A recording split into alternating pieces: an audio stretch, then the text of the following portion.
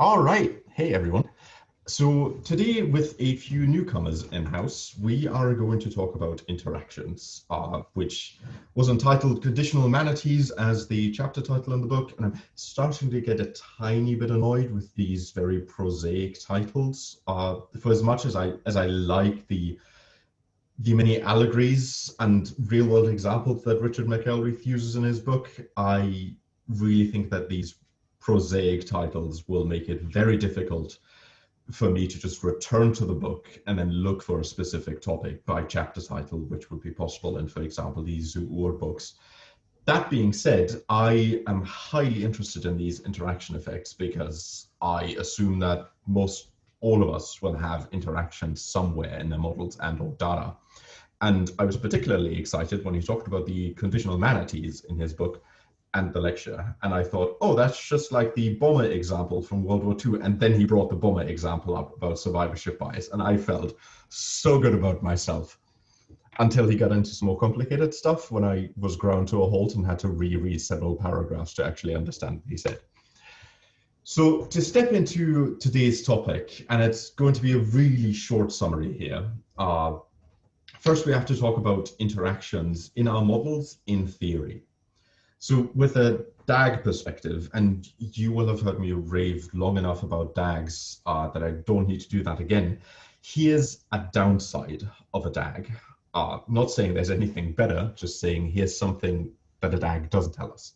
So with a DAG, we might be able to say that two variables, so predictors, combine to form a certain response or to drive a certain response. However, what we don't know from the DAG alone is how these predictors combine. So all we have from a DAG is just we know that there's a function which in this example here, R and C combine together with a certain function f to form G as an output. Now there are many possible functions of f. They may contain interaction effects, they may be purely additive, there may be squares in there may be cubes in there. The DAG just doesn't tell us, is what I'm saying. So we need to identify this. First thing that we need to talk about, which is usually the base example that anyone will give, and so did Richard McElreath here, on how we can think about interaction effects. Usually people will look at a response that's continuous, and then a predictor that's continuous, and another predictor that's categorical. And usually we teach these kinds of interaction effects because frankly, they are the easiest to understand and to interpret for reasons we'll see in just a second here.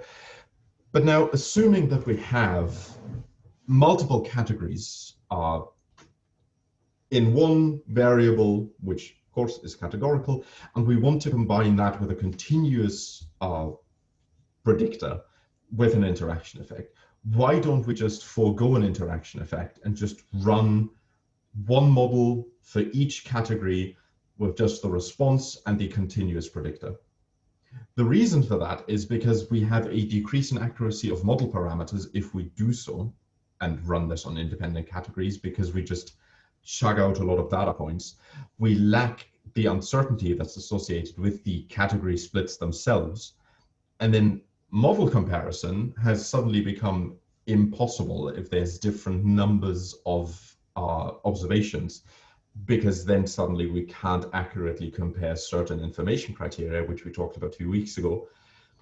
And last but not least, when we reduced the individual sample size, we hurt the overall model accuracy.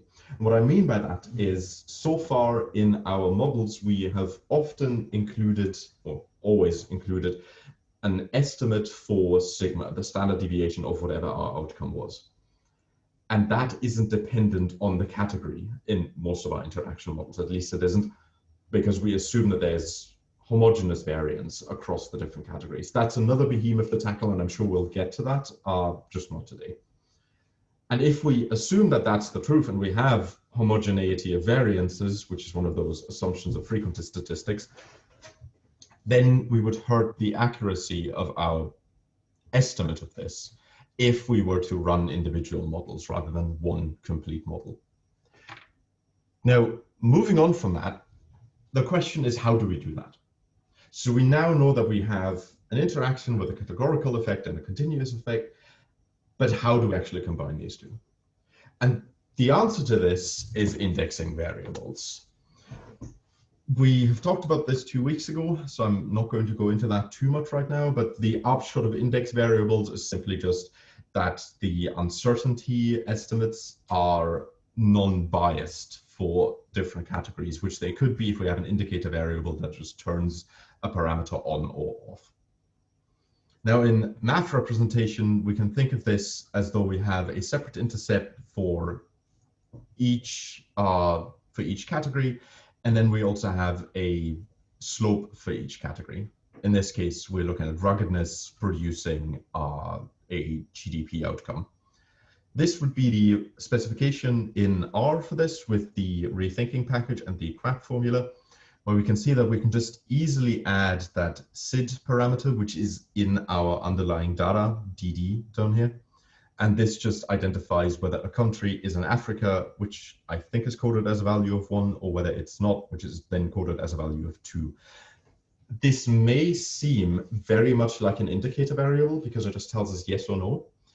The thing that turns it into an index variable is that it doesn't start at 0, it starts at 1. That's the big difference here. So on the right-hand side, we can see what the effect ends up looking like, whereas in Africa, we do have a positive relationship between ruggedness and log GDP, whereas outside of that, we have a negative relationship. So one thing to point out at this station right here is that interpretability of interaction effect is always symmetric. We might strongly prefer one interpretation over the other, which in this case might be what happens to the slope between ruggedness and log GDP when we move outside of Africa. But we might also answer with the exact same model specification the question of how does the relationship between ruggedness and log GDP tell you something about whether you're in Africa or outside of Africa? And to a human, that sounds very much the same because it's just reversible. And to the model, it is the same as well. But in other more complex examples, it might sound a bit more tricky to us as humans. But for the model, it's always the same thing because the model doesn't tell you where the causal relationship is going. It just tells you that there is an interaction, but it doesn't tell you which one interacts to derive the response with the other. So for continuous interactions, these are the ones that I personally absolutely hate because they're terrible to interpret, both in frequentist settings as well as in Bayesian settings. And we'll get to one of these in the exercises today. So model specification wise, this becomes a tiny bit more complicated because now we have to have a term that combines the underlying data of both of these with a parameter that identifies the interaction of both of these in a much longer linear model specification than if we just stuck to the category example. That being said, when we actually put this into the QAP specification in the rethinking package, stuff seems still pretty easy. And I found this to be quite manageable in the exercises that we'll talk about today. Where the problem comes in is the interpretation. And I say problem as though it's impossible. It isn't. It's just a bit more challenging because the slope of one predictor with the response changes according to the value of the other predictor. Now that in itself doesn't sound that bad, but to plot the complete response predictor-predictor interaction here, or deterministic relationship, we would need a 3-dimensional coordinate system, which is difficult to say the least. So what McElraith suggests we do, and I think people have done previously already just with a different name for it, he suggests a triptych, which just means we fix one of the predictors at its lowest, at its mean or median, if it's a skewed distribution, of course, and then at its maximum, and then plot the slope between the other non-fixed predictor and the outcome. And we do that once for predictor 1 and once for predictor 2 being fixed, so that we can then get a better understanding of how the slopes change at different levels of the one predictor that has been fixed. So basically all of what this boils down to is that interpreting interactions can be hard. It doesn't have to be, but oftentimes I feel like if research isn't hard, we're probably not doing it right, which might be a toxic mindset, but I often encounter myself thinking I've found a simple solution to something, and then someone comes by and pops my balloon full of hope. So that's actually all of my summary for this chapter, which was surprisingly short, as was the lecture. If you've got anything else to add or questions about what I just presented, feel free to just ask away. And if not, I will transfer us to the practical examples.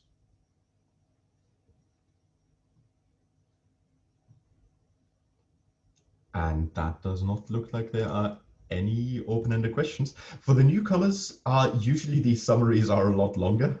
Sometimes I've even ran for half an hour, which may have gone a bit overboard. Just this chapter was very, very short. So now when we transfer us into the practical examples, I am usually just asking for a quick show of hands of who managed to get through the easy exercises for this chapter. And it's no problem if you haven't. You can absolutely show up without even having looked at the chapter or the exercises. So who managed to get through the easy exercises? Okay, so I guess today is then just going to be a one-man presentation because I made it all the way to the end. So I'm just going to give you a quick rundown of this. And for everyone who's new here, I'll just quickly pop something down in the chat, which is the link to my personal website, where I have weekly blog posts with the exercises and solutions if you ever go looking for them. And this is also what I'm going to show you here in a second. Bernd is back. Bernd, have you perchance managed? Cool. All right. That headshake tells me everything I need to know. Well, I had the chance, but I think I have an appointment very soon. I was just too lazy to spend the time in doing it if I'm not able to show it. So fair enough. Trade-off. Fair enough. I'm going to share my screen here and we'll go into that one. So here you can see my solutions to what we're going to talk about today. So the way I do this is I just read out the question, then I'm going to walk you through my answers here. Quick disclaimer, I solved these yesterday while I was watching the Mars rover landing, so I may have been very distracted at times, and I may have a hard time piecing together what I wrote yesterday, so please excuse if that happens. That being said, let's start with the easy exercise, and please do step in whenever you feel like I'm doing something either wrong or you don't quite follow my train of thought. So with the easy exercises, exercise 1 was for each of the causal relationships below, name a hypothetical third variable that would lead to an interaction effect. First one, bread dough rises because of yeast. My suggestion is let's include temperature in that model, because yeast performance, which leads to dough rising, is very much dependent on a temperature range with a minimum, an optimum, and a maximum to its functioning curve. Second one, education leads to higher income. I'd argue that age plays a role here as well, because in certain professions, you may be as old as can be, but never get a raise or promotion. However, in other fields, and I would actually think that in fields requiring higher educations, the older you get, usually the more promotions you have had and the higher your salary will be. At least I hope so, still being relatively young myself and wanting a higher salary in the future. So I choose to believe that this is right. So Eric, if I can chime in just with a sociological note, actually in the US, I would say in the US, you can get promotions at any age. This is a nice thing about the culture in the United States. It's not ageist, I have to say. All right. Well, now they just have to sort out their healthcare system, and I'm going to move. Thank you for that input. Even if your probability of getting a promotion in any given year was independent of age, the fact that you've lived more years may have given you more chances to have a promotion.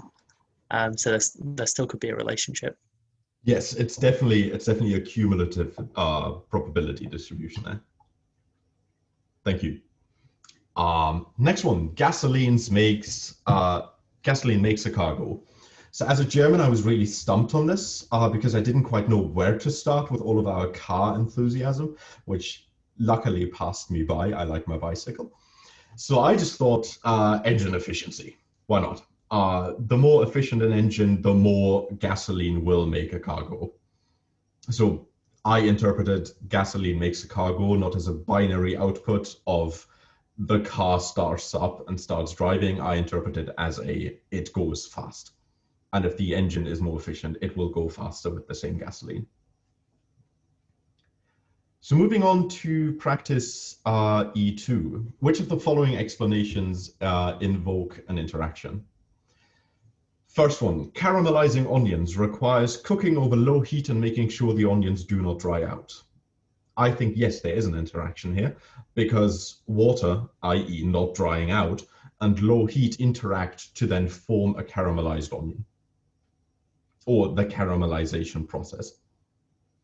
Second, a car will go faster when it has more cylinders or when it has a better fuel injector. I also think that there's an interaction here because the number of cylinders and the fuel injector quality definitely interact to determine the speed of the car. Even though the formulation says more cylinders or a better fuel injector, to my understanding of the world, these two effects stack. So that's why they should interact with one another, even though the question makes it seem counterintuitively binary. So third one, most people acquire their political beliefs from their parents unless they get them instead from their friends. And this is where I think there's actually no interaction with how the question is posed, even though in real life, I absolutely do think there would be an interaction here. So with the way the question is posed, to me, here we have an absolutely binary setting. Either you get it from your parents or you get it from your friends, but you don't meet in the middle of the two.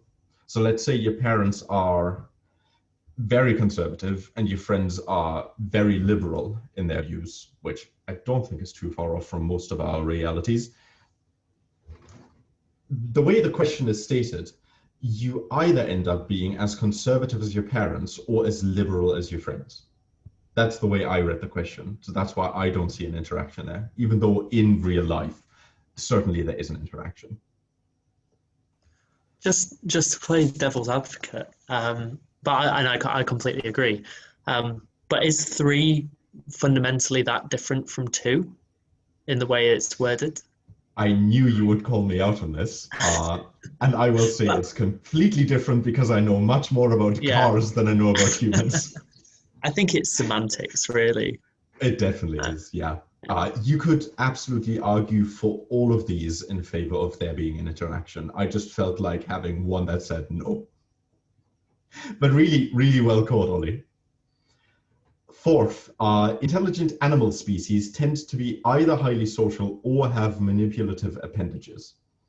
Again, same semantics as in the 2 preceding questions. And again, I would think, yes, there is an interaction here because your degree of sociality can be inferred by your possession of manipulative appendages and the combination thereof with your intelligence level. So you could argue that bees are more intelligent than non-social animals because they are highly social. But you could also argue that an octopus is intelligent. It might be less social, but it has very manipulative appendages. But then you have humans, which many of us would, I think, agree that we rank higher on intelligence when compared to bees or octopi, which certainly is because we invented the whole measuring intelligence kind of thing. So of course we're on top. That being said, we have both manipulative appendages and we are a highly social species, meaning these two combine to form a higher level of intelligence. I think worms would be the most, they're basically one very manipulative appendage. But they're not social. Good point, though. Good point. What about caterpillars then? Yeah, that it goes to them as well. Yeah. Basically everything that's tube-shaped. Yep. All right, practice E3. For each of the explanations in E2, write a linear model that expresses the stated relationship. And all of what this boils down to is that I have models which have linear effects of each of the predictors. And then for where I said there's an interaction, I just added the interaction effect just as it was done in the slice that I just showed. So I don't want to spend too much time on this. What's important to highlight here is that because interaction effects are symmetric, in line 1, just to have one example here, we could write beta TW for temperature and water, and then have temperature times water, but we could also have beta water temperature and write water times temperature or temperature times water. It doesn't matter. All of these are multiplications. That's why we can reverse things as we please. And the naming of our beta parameter is really just semantics. So we could also name this something that's not TW.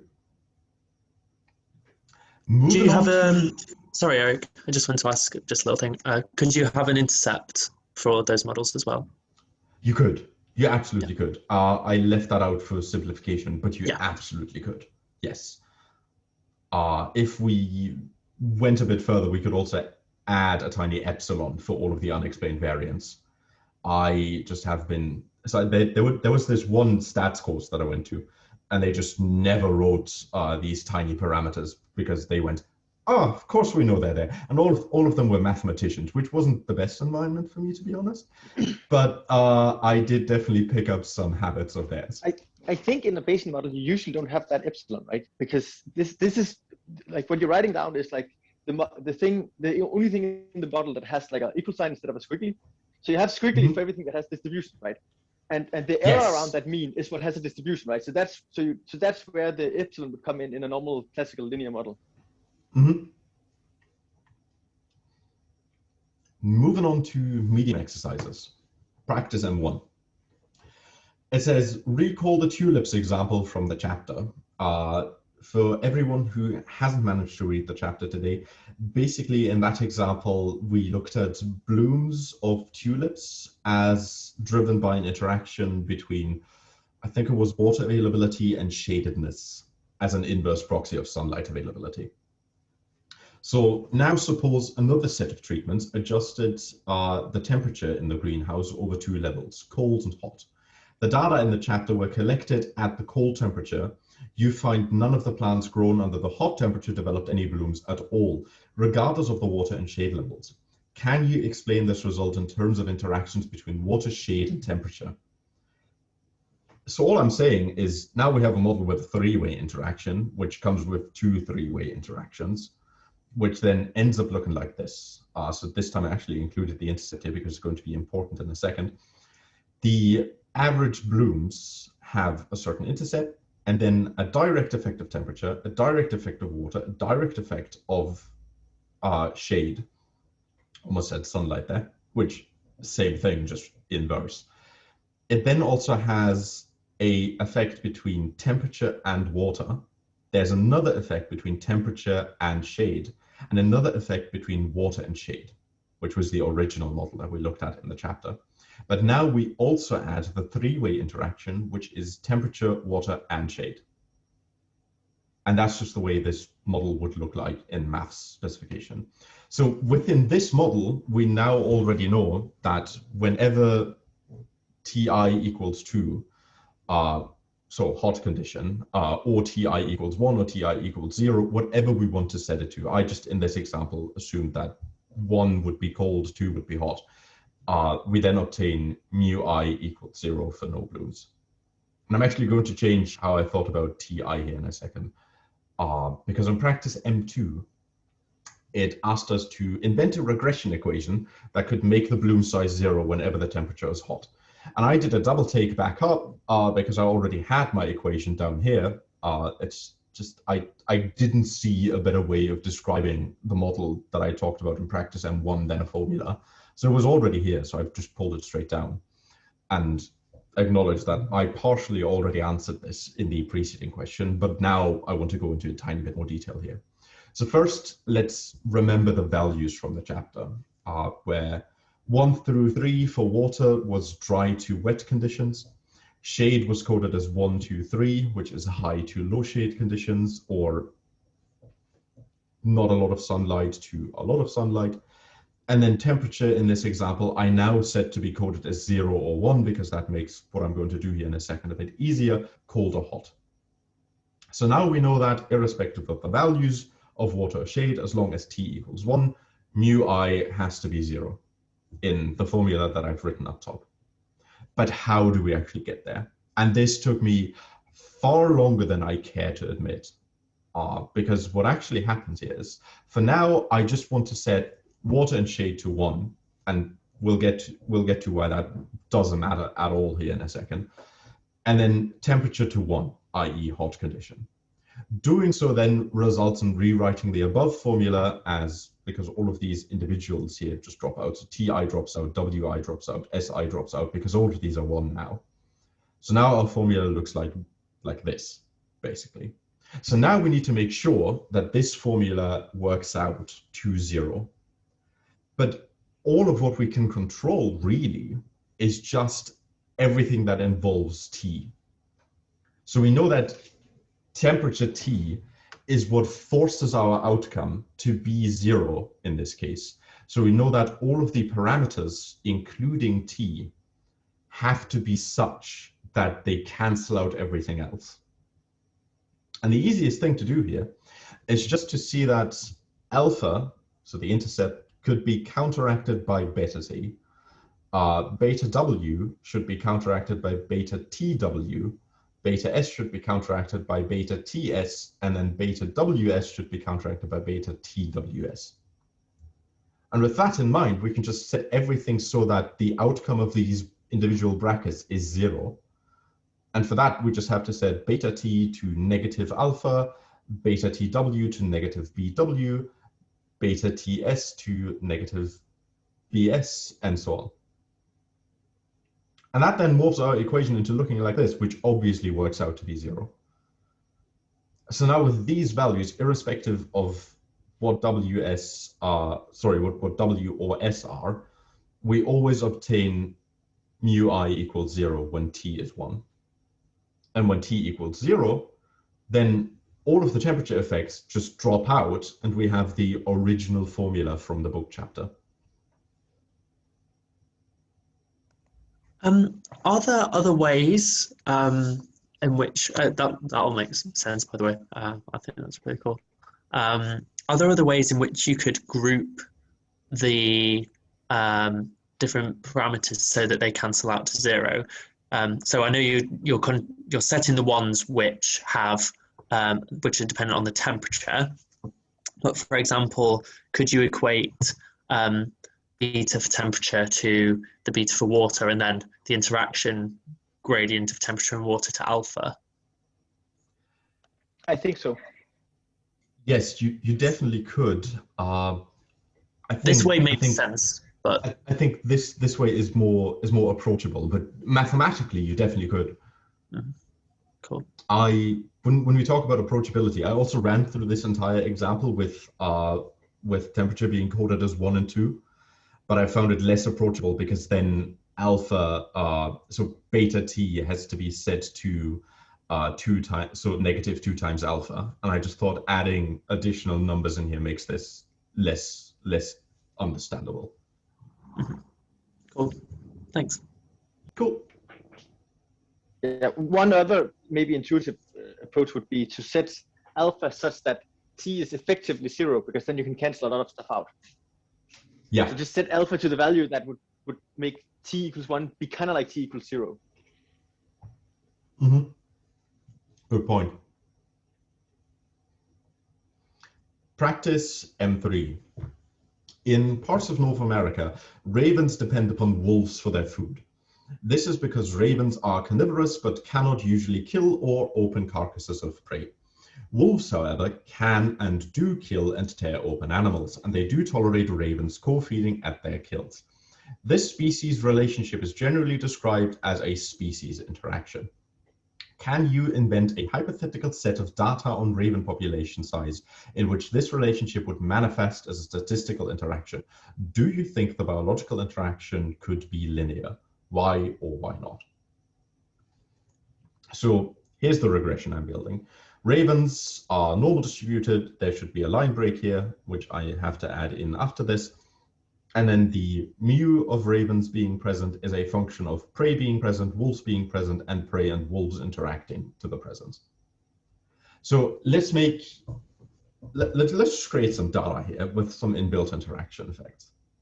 So I'm saying that I want to simulate 1,000 samples here. Sorry, no, that's 10,000 samples. Sorry, no, is that? Yeah, that's 100,000 samples. I went a bit overboard here. So first we have so I'm just simulating what I don't have in my actual work is basically what I'm doing here, because I don't have samples like this, even though I wish I did. So then I'm saying that the correlation between prey and wolf should be around 0.2. The correlation between prey and ravens should be very small, because the prey itself doesn't drive the ravens being present. It's the prey being present and wolves being present that drives it. Then we have the interaction with wolves, and I just said that ravens actually do not like wolves by themselves. They just like wolves when there's prey around, so they stay away from them, hence why I have a negative coefficient here. And then I have an interaction effect between prey and wolf to form raven presence, which is positive again. So I build all of this data down here by just adjusting for the mean and having constant standard deviations. I also have all of this as integers, so I have whole animals in my final data set. Combine all of this, plot a bit of the data, and what I can find is that ravens obviously like the presence of prey. Please disregard 1,500 ravens being present when there's around 140 prey animals. I did not go into too much detail on numerical accuracy with ecology here. I just wanted to be done with it and watch Perseverance land yesterday. But also when I look at the output, I can already see that my interaction effect is doing a number on me if I try to understand this data through a lens without an interaction effect. Because even though I know, because I simulated the data, that ravens do not like the presence of wolves by themselves, if we just regress ravens against wolves, we actually do find that they occur together. And that's the effect of the interaction. So for the model, I just do my normal distribution. I then have all of my different parameters here. I set for my intercept, so I could have just standardized and scaled my input data here, but I wanted the output to be a bit more understandable to me without having to back transform from scaled data. So I went in with unscaled data, and for that I have to do a bit more in terms of things on my prior setting. So for my intercept, I ran into an interesting problem because I just set my prior of my intercept to the mean. Sorry, there's a chat message. See you, Bernd. Have a good weekend. Yeah, you have set your prior cannot be negative, right? On A, that's the problem, right?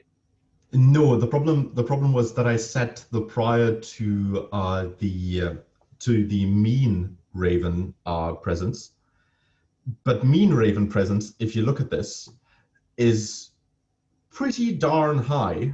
But in unscaled data, my intercept tells me this lower left-hand point in a three-dimensional coordinate system with prey on one axis, wolves on one axis, and ravens on the y-axis that I'm interested in.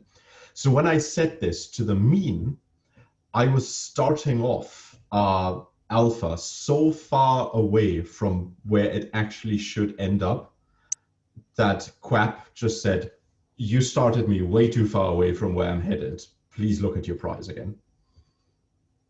Which was a really interesting exercise for me because I have become so used to just working with scaled variables in the exercises to this book that I actually had to take a step back and ask myself why this was failing. And so it is failing because, yeah, I just set the wrong prior. So my prior actually in unscaled data should rather be the mean of my outcome than the median or mean. So then we look at the output, and this is actually really darn close to our input. So between ravens and wolves, we had a negative effect of 0.3. That's pretty darn well reconstructed.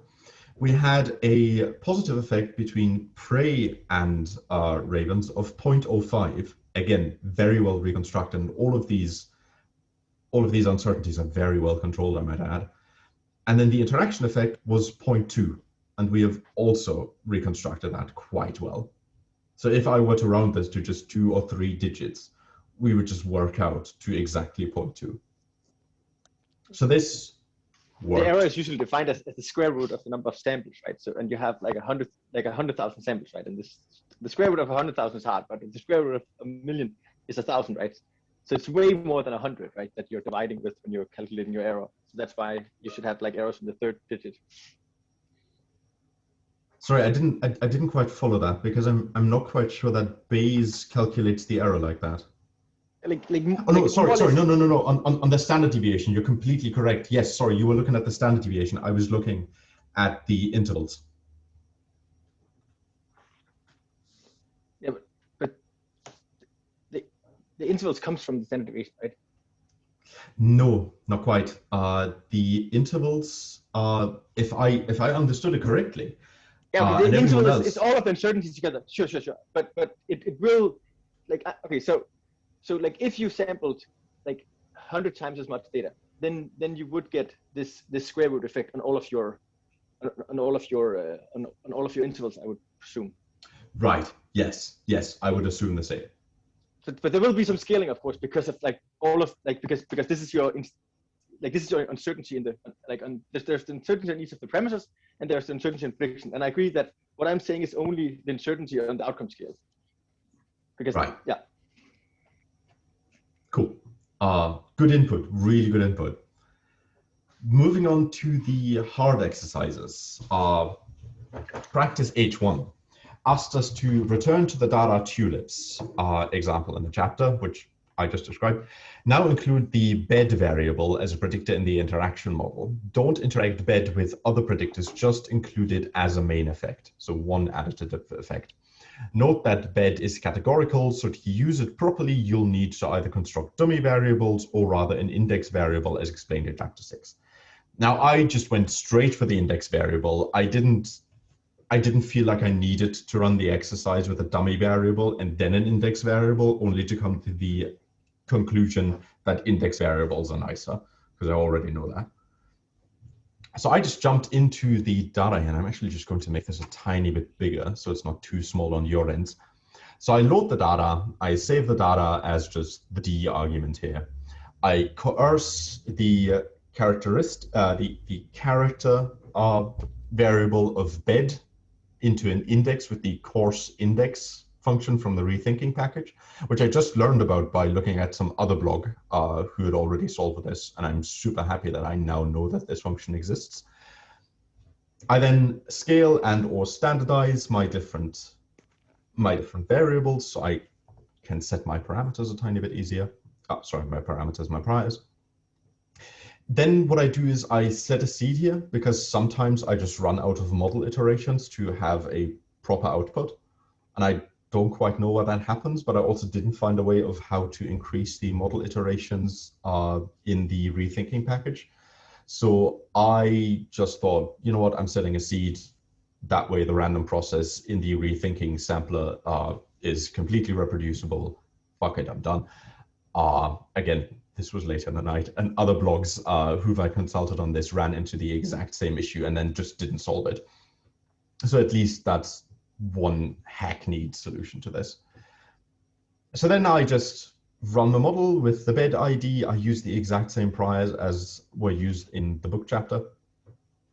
And actually, I do not make use of my standardized blooms, and I only make use of my centered shade and water because I wanted the output to be a bit more interpretable in terms of absolute number of blooms in each flower bed. And what we can then see in the output is that we have But our don't you different... risk missing up your prior on the intercept if that is not scaled? You do risk it if you don't have enough data to overcome your prior. For sure. So the way I would understand this, if we have it scaled, we make it much easier to write a prior for us, especially if the differences in the raw data are super big. That being said, I wanted to get this to run with the unscaled data so that I can have an interpretable output, because I didn't feel like back transforming. Yeah, I am also being lazy. I just like, in principle, you get a different model, right? Compared to if you ran it scaled and then transformed it back. You get a different model that contains the exact same information, just expressed. No, because you're further away from your prior, right? So you will be regressed, like there will be more regression towards the mean of your prior in the unscaled than in the scaled. Because like if you scale it, go ahead. I'm not quite sure about that, to be honest, because if we scale it, we still have the same kind of distances between the different true intercepts. They're just expressed on a different scale. Okay, I need to think. You might be right. So just to elaborate on this, the way I would understand this is so whatever -1 and +1 works out to be in real world data in our scale data, the difference between -1 and 1 will be exactly corresponding to whatever -1 and 1 is in the unscaled data. Is it still centered on 0? Because then I agree. Yes. Yeah, okay, then I agree. It's just because I didn't, it's been months since I watched these lectures, so I'm not that familiar with it. All good. Sorry. So the data we would be working with here, if we were to look at my standardized here, would just range from 0 to 1, where the center would just be 0.5. And then we have just numerically, everything is tighter together, but in terms of statistics and uncertainty, everything is still just as far away as it was in the other data set. Yeah, so it's not scaled, it's just scaled. Yeah. Okay, yeah, that's what confused me. Yeah, then I agree with you. Sorry. Cool. No, don't be sorry. This was super helpful because having to defend these things and the decisions you make is a good exercise for me. So thank you very much for that input. Yeah, you're welcome. Practice H2. Sorry, I didn't quite interpret these outputs, but I think it's quite obvious that the beds have different intercepts, so different starting blooms when water is at 1 and shade is at 1, and the effect, so both of them are 1 basically, with the interaction of shade and blooms being negative, meaning the more shaded you are, the less you'll bloom, but the more water you have, the more you'll bloom, and the interaction effect being negative just because the effect of more shade is negative. So moving on to practice H2. Use WAIC to compare the model from H1 to a model that omits bed, the variable. What do you infer? I agree with the interaction. I strongly disagree with your interpretation of the interaction effect. The reason the interaction effect is negative is obviously that sunlight and water is good to have together. Like if you get twice as much water and twice as much sunlight, then you grow, right? And therefore shade and water is going to be anti-correlated. Good point. Good point. So with H2, use WAIC to compare the model from H1 to a model that omits bed. What do you infer from this comparison? Can you reconcile the WAIC results with the posterior distribution of the bed coefficients? So my answer, interestingly enough, I didn't even write a beginning to this. It's just I write the model by itself, which doesn't have the bed index here. And so now we can see that our overall intercept works out to be somewhere in the middle of our previous intercepts, which were these right here, ranging from roughly 97 to roughly 147, with our new one being 129. which is relatively snugly in the middle of the other three variable values that we had. So now if we just compare these by WAIC. I have yet not, I'm not an R person. So you're using map here. Does that mean you implicitly are using HMC, or can you actually run WAC on QAP models? Oh, sorry. Map is the exact same as QAP. It's just the older version of the function. Okay.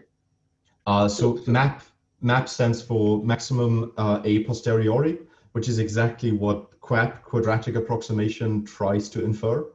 And for reason of wording in the rethinking package, you now call map using the word QAP, but underlying that, the function is still called map. Okay. So Eric, may I ask you, just out of curiosity, so you're using map, but are you loading the old version of the package, or you can still use map? You can still use map even with the new version of the package. Oh, okay, I didn't know that. Thank you. Yes, no, absolutely. Good questions here, and well caught, by the way. I try to avoid this with map. No, but because I was confused about something completely different. I didn't know that you could actually use QAP or map with or like dynamic programming with Mac. I would assume you would have to have like samples from your posterior and not just like these mean and standard deviation approximations you get. You're thinking of a different map function. Yeah. I'll actually let me just quickly make a note of that to change that, because I do not want that that confusion to permeate. Yeah, but like I think my confusion is more fundamental. Like I just didn't know that you could actually use WAC when you had a model that was not like a Monte Carlo model. So it's like, yeah. Oh, so you mean using the WAIC on a model that's not Monte Carlo fit? Exactly. So I thought you had it. Because like you're basically now I'm grasping for straws here. My understanding was when you are using QAP or map or whatever it's called, then you're using quadratic programming, right? So you're doing some field approximation where you have like a mean and some relaxed standard deviation around these different parameters. And I thought like you naively like sometimes there's actually correlation in your posterior that is not specified in your model. And if you do like HMC, then your posterior will be correlated, even though your prior is not correlated. So you'll actually have some samples that captures this. And my understanding is if you run a model with QAP or map or whatever it's called, this dynamic programming thing, then you don't get this, and therefore your VAC estimate will be off. So it's a surprise that it even allows you to run VAC with non HMC models. I do not know enough to have too big a comment on this, but what I would assume is absolutely valid. So I don't know if the problem for QAP or map actually exists with WAIC. I'll just take that for granted. That being said, if my information criteria is biased the exact same way for two models of the same kind, I can still use it to compare those two. Yeah, but like if it has one parameter and then that makes it more or less biased, then I'm not like fully agreeing. But that's the whole idea of using VAC, right? That's comparing whether it's worth having another parameter or you're overfitting. Yes, that it does. But I will. Doesn't WAIC just the function to compute WAIC? No, hold on, wait a minute. I'll quickly pull up the summary from last session when we talked about this. The cliff notion of like, so if you just start by doing AIC, right? AIC is very simple. Mm-hmm. You just take the maximum likelihood and you subtract 2 times the number of parameters, right? And WAC is just a fancier version of that, where you do it by the distribution instead of the maximum likelihood, and therefore that part of the number becomes larger, and then the parameter thing, you have this magic stuff of effective number of parameters because the prior structure can rein you in. But have we done hierarchical models yet? No. Okay, yeah. So never mind. But basically, I think like probably for most things, this what we're doing here with QAP is going to be totally fine. And if anything, like doing the normal squiggly linear models in frequency statistics suffers all the same failures or weird assumptions of like, if you write something is independent, then you'll sample it as if it is independent. It's actually only HMC that is like nice enough to actually give you correlated samples, even if you didn't ask for them, because that's how the true posterior is. And maybe I'm just being some Nazi who's too in love with HMC, and therefore like all the shortcomings of other tools are just eschewed for sake of purity. So it's just yeah, go ahead.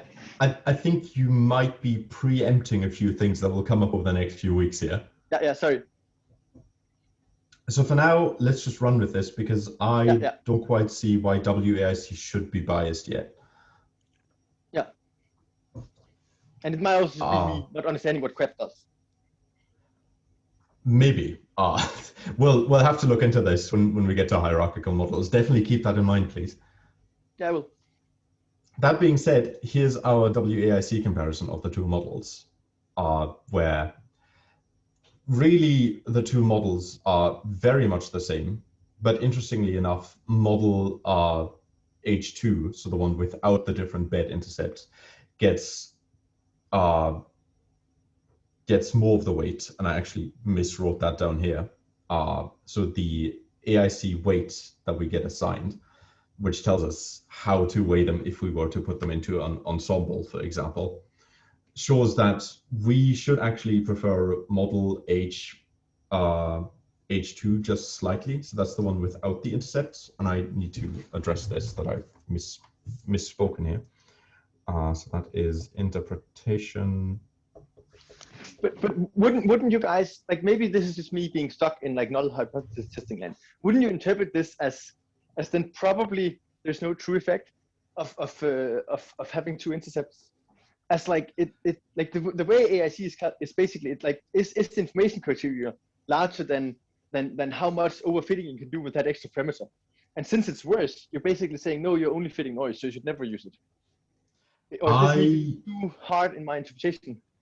I think you're being a bit too binary there in your decision making.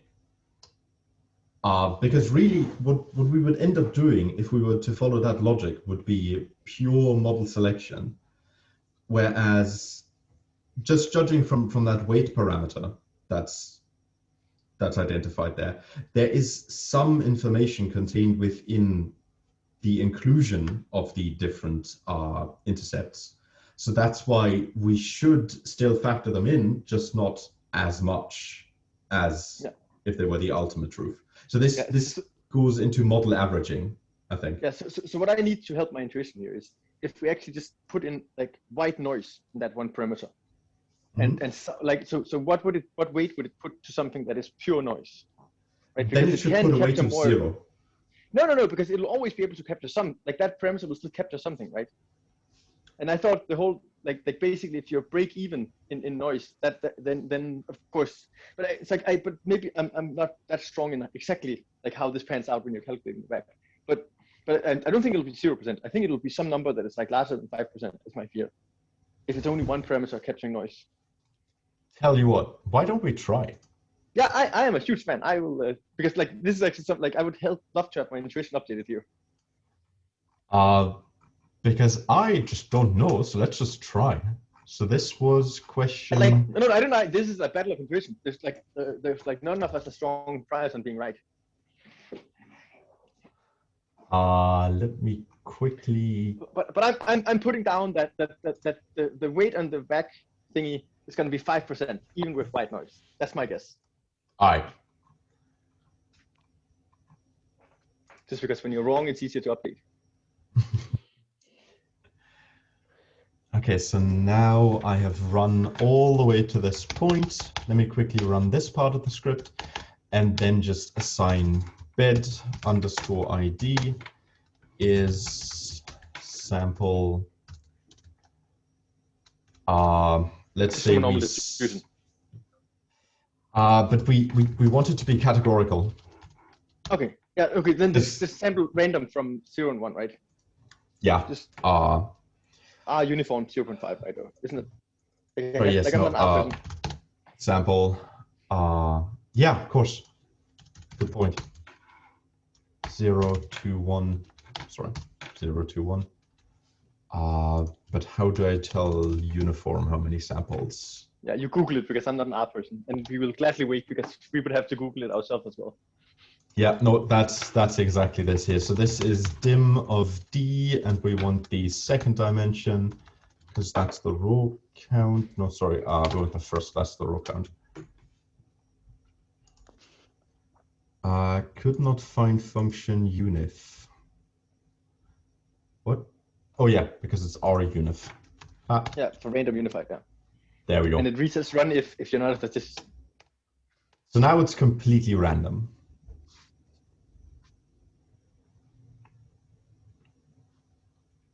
System is exactly linear, it says there. Sorry, let's have a quick look at. Oh yeah, of course, because it's not as integers. It needs to be integers.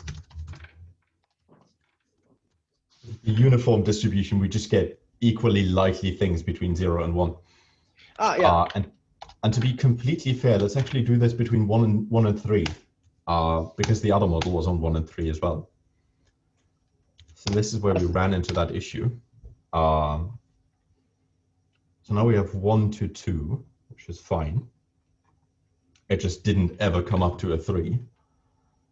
And now we just do the other model, and we compare with the WAIC.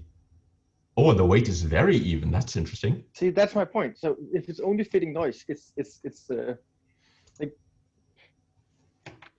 I don't like. So I didn't have a strong intuition here, right? But my argument was that like AIC is basically such that if you add another parameter that is just noise, then basically you're break even. I think you're slightly worse than break even because otherwise you'd always pick the model with all of the parameters.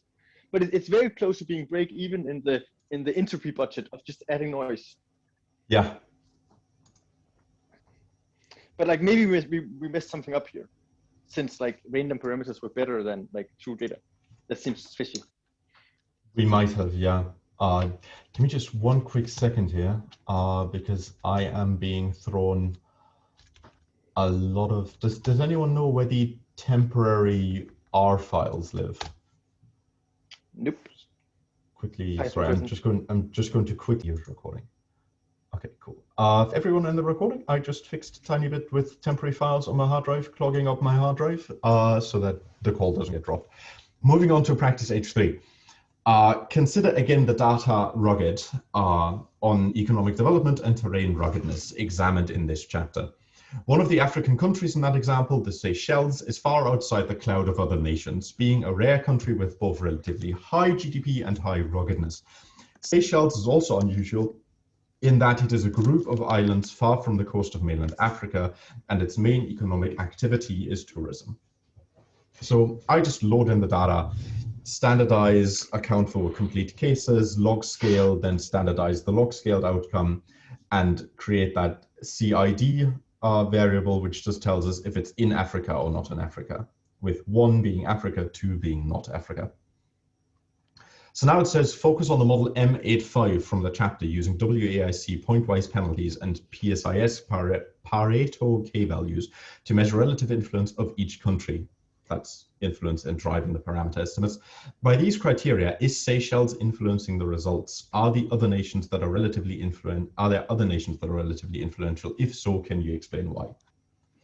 So first of all, it's important to realize that model 8.5 has literally nothing to do with ruggedness in the model, in the book. And I assume this is just carryover material from the previous version of the book. It is actually model M83 that he's after, I guess, because model 8.5 was looking at blooms and not ruggedness.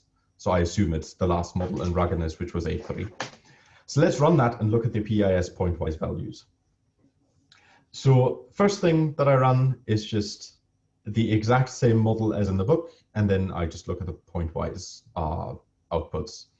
So I run WAIC pointwise, I plot that, and I think, you know, there's roughly a cutoff at either 1 or 2, one or the other. That's why I think there's really a lot of influence by falling away from that main cloud of points.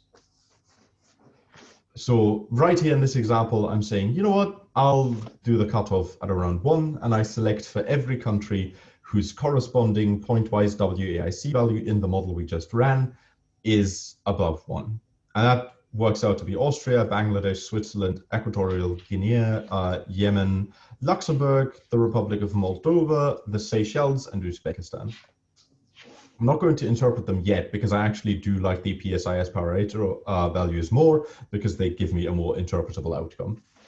So I believe again that there's a cutoff point here. This time I think it's probably around 3.5, maybe 3.8, maybe 4, so 0.35, 0.38, 0.4.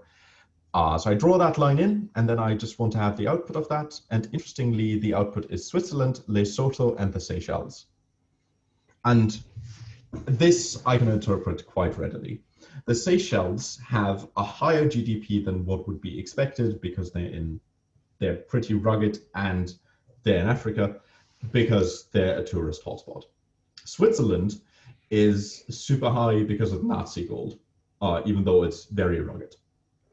Lesotho is very rugged and has a higher GDP than we would be led to believe from all of the other data points because it's pretty far from the coast, and thus had less raiding and slave trading forced upon itself, which made the economy somewhat more stable than other African nations. Now for part B, we were then asked to use the robust regression as described in the previous chapter. So just quickly too. So like the Pareto one, right? That's very intuitive, right? It's basically like normal cross-validation validation. So if you remove the one outlier point and fit a model, it's very different from with the outlier point, and that's why those 3 special cases are like outliers in that thing where you drew the red line. I forgot how I interpret the numbers from the back. So WAIC is the predicted out of sample error rate. So the way you would interpret these is if they were out of sample and we were to predict on them, we would be off by this or that much without running actual cross-validation. This is just using information theory to derive a prediction. Yeah. Yeah, so it just kind of subtracts it from the sufficient statistic. Ish. Yeah, okay. Cool. Moving on. Part B. Now use robust regression as described in the previous chapter. Modify M85, it's actually M83, to use a student t-distribution with v equals 2. Does this change the result in a substantial way? So I just run the exact same model. All I have to change is literally just change d norm to d student with the v equals 2 in my probabilistic function here.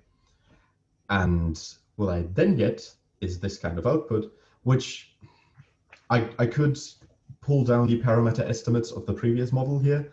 I didn't do so because they haven't changed much. So I would be much more interested in what actually happened to the WAIC and Pareto values. So with WAIC, I would now argue maybe there's a cutoff point at 2. Below that, definitely not, because the cloud is still relatively dense there. And even 2 might be a bit of a stretch because we might only be interested in really the high ones at above 2.5 or 2.7 here.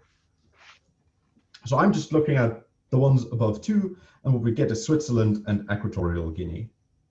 Again, Switzerland, I absolutely see why that might be an outlier. I don't know enough about Equatorial Guinea to make a statement as to why this might be an outlier.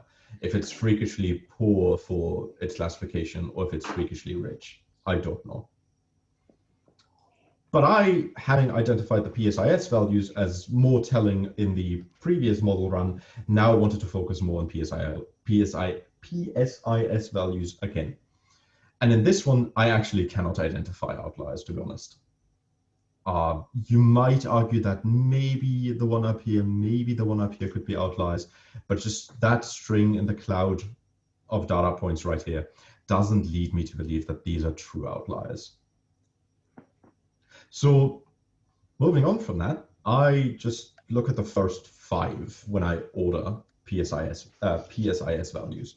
So I order my PSIS values and identify the corresponding 5 countries to the highest PSIS values. And what I found is that these are Malawi, Ethiopia, Yemen, Singapore, and Burundi. interestingly enough, Switzerland, the Seychelles or Lesotho from the previous PSIS values do not show up in here at all. And I would argue that this is the exact effect that we were supposed to see using the robust studentized regression, that there is much less information being placed on individual data points. As a practical thing for robust regression, I think just setting new hard coding it to 2 is bad.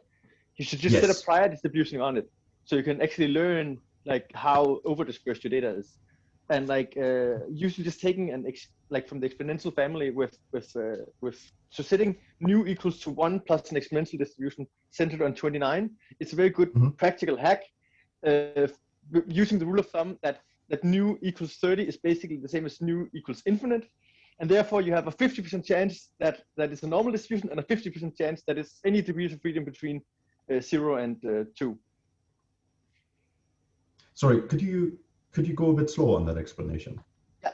So like if you just say that new equals 1 plus an exponential distribution centered on 29, then basically you're saying, since an exponential distribution has half the mass to the right and half the mass to the left of lambda, then you're basically saying 50% chance of having new higher than 30 and 50% chance of having new lower than 30. And since for practical purposes, new 30 and above is the same, it's basically like a normal distribution, and new below 30 is not a normal distribution. So you're saying 50% normal, 50% like degrees of freedom between 2 and 30. And then you can actually learn which number between 2 and 30 it happens to be if it's not normal distributed. Right, sorry, but you're not talking about setting mu, you're talking about setting v. Yeah, new. New. Oh, sorry. All I heard the entire time was mu. Sorry. Now it makes sense. Now I'm right there with you. Yeah. Yes. Cool. Good input. Again, thank you very much. Moving on to the last exercise, practice H4. The values in data nettle are data on language diversity in 74 nations. The meaning of each column is given below. I'm not going to read those out. Basically, I just hit a wrong button. Basically, all we have to do is use the data to evaluate some hypotheses. And the hypotheses are as follows. Evaluate the hypothesis that language diversity as measured by log language per capita is positively associated with the average length of the growing season, mean growing season. Consider log area in your regression as a covariate, not as an interaction. Interpret your results. So I just built a model that assumes a normal distribution of centered log scaled language count per capita. So I wanted to center this because it makes, I didn't center this, sorry, this is language per capita, this is uncentered.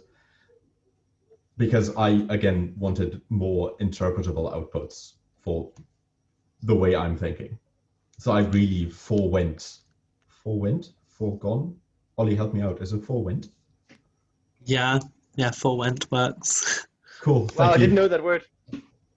Yeah, I see. In good old German fashion, I thought I'd just make a word up. Happens, it just works out this time. So I forewent. I'm going to use that so often today. I didn't do centering on my input data here, at least for my response, because I wanted to be able to eyeball the outputs a bit more as for validity. So I set my output, I set my priors, I look at my output, and truthfully, that output doesn't tell me too much in terms of interpretability right away. So I am much more interested in just plotting my prediction here. So like if this was just I don't know how much you do this in your work, right? But if you're making your own model and therefore have time to all this transformation, then you actually want to set priors on the data scale, not on the transform scale, because you actually have expert knowledge. Then you can actually specify your model in like this set scored landscape where the sampler is happy, and still have your priors and other, and just have transform parameters. And especially if you make a model in Stan instead of in Ulam, then you have like a field for transform parameters and a field for parameters. And it doesn't matter whether the priors are on the transform parameters or the parameters. The sampler will just happily solve your model for you. Yes, we just haven't gotten to that point yet. Yeah, sorry. You're a bit advanced with a few of your suggestions so far. Not that I'm against that. I'm just a tiny bit overwhelmed, to be honest. No, sorry. It's fine. No, all good, all good. Keep it coming. Just makes me even more interested to see your inputs on the more advanced sessions that are yet to come. So I want to quickly plot what the model predicts for the range of growing season, and this is one of the reasons why I didn't want to scale and or standardize things, because as a biologist, I feel I have a relatively good understanding of what an actual mean growing season in terms of months means. So I predict log count of languages per capita across that range, and we find a positive relationship here. Area worked out to not have a really strong effect. It seems to have a negative effect, with bigger countries having less languages present. We could say that the 95% percentile interval overlaps 0, but it's heavily skewed towards negative. So I would actually run with this interpretation here.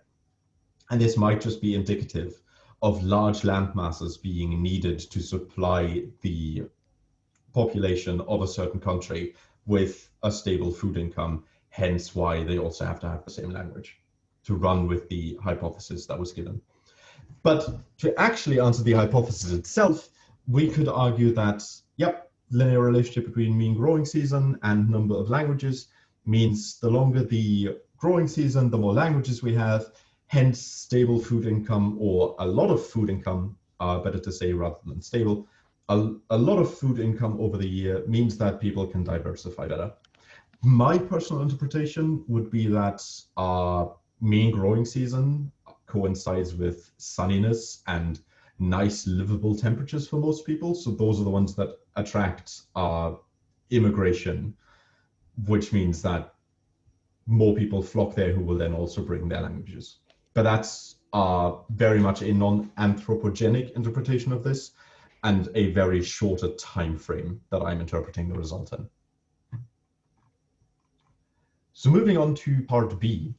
Now we are to evaluate the hypothesis that language diversity is negatively associated with a standard deviation of length of growing season, ST growing season. This hypothesis follows from the uncertainty in harvest favoring social insurance through larger social networks and therefore fewer languages. Again, consider log area as a covariate, not an interaction. Interpret your results. So I'm running the model and I'm simply just substituting mean growing season for ST growing season.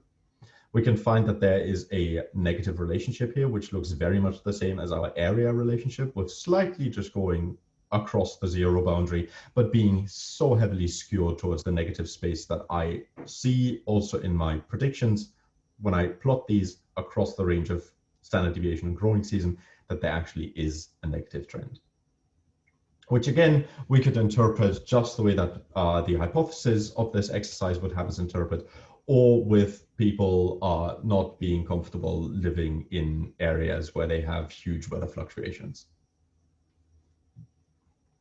Now, lastly, for part C, finally, we are to evaluate the hypothesis that mean growing season and standard deviation of growing season interact to synergistically reduce language diversity. The idea is that in nations with longer average growing seasons, high variance makes storage and redistribution even more important than it would be otherwise. That way, people can cooperate to preserve and protect windfalls to be used during the droughts. These forces in turn may lead to greater social interaction and fewer languages. So again, I build a model which conditions on my logarithmic area of nations, while then also building an interaction between mean growing season and ST growing season.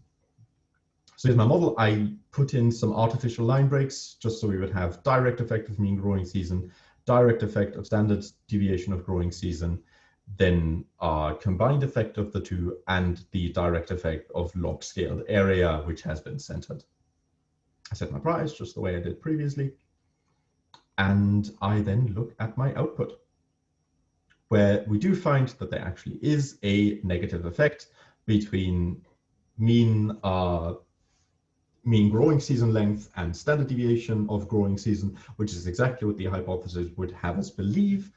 And I then just create a triptych, which we can see down here, where we see that the effect of mean growing season on language diversity really levels off from being positive in the beginning to being virtually non-existent as standard deviation increases to its highest ranges. Whereas if we start with a relatively short mean growing season and we have a and we look at our relationship with standard deviation offset growing season, there isn't really much of a trend in defining our language outcome. However, as we get longer growing seasons with higher standard deviations, we do have that negative relationship. So less diverse language-wise, which is exactly what the hypothesis would have us say. I just wanted to visualize it with that triptych. And that has been it for today. This actually took a lot longer than I expected, which is definitely because of Jan's multiple very valuable comments, by the way. This is not me calling you out for something bad. This is me putting you on a pedestal for something really good. Thanks. Like one thing, the mean growing season in the lower right, that one seems to be driven very heavily by one potential outlier, right? Yes. Like this. I would still argue that, I'm just going to zoom in on this. I would still argue that from the left-hand side, there would still be a negative correlation here, but it would definitely be less strong if we removed this outlier to the right-hand side. Yeah, and if you go one over to the middle one, you have the same relationship. Like when you have mean between 6 and 8 instead of between 8 and 12. So it's probably like this waiver interpretation that it goes like this, so it gets more and more steep. Is reinforced by the previous one also being steep, just less steep. So I wouldn't kill it for this reason. I'm just no. I actually think that if we make this triptych into a whatever octic, we would see a more gradual change in the slope here. Yeah. So if I could show a 3D plot on this, I think this would be a really fine curve that this would work up to. Yeah, actually, I also think this is like a very obvious model where you would actually, and this is, now I'm also getting to the limit of my ability, but this is like an obvious place to make a multivariate normal, because most likely many of these parameters are heavily correlated, right? Yeah. The countries that has a standard deviation of the mean growing thing, it probably also has like a either higher or lower number, right? In the mean. Yeah, no, I mean, try having a high standard deviation of your growing season if you don't have a growing season to begin with. Yeah, exactly. That's a very good one example of them being super correlated. Yeah, good stuff. I'm going to stop the recording here, actually.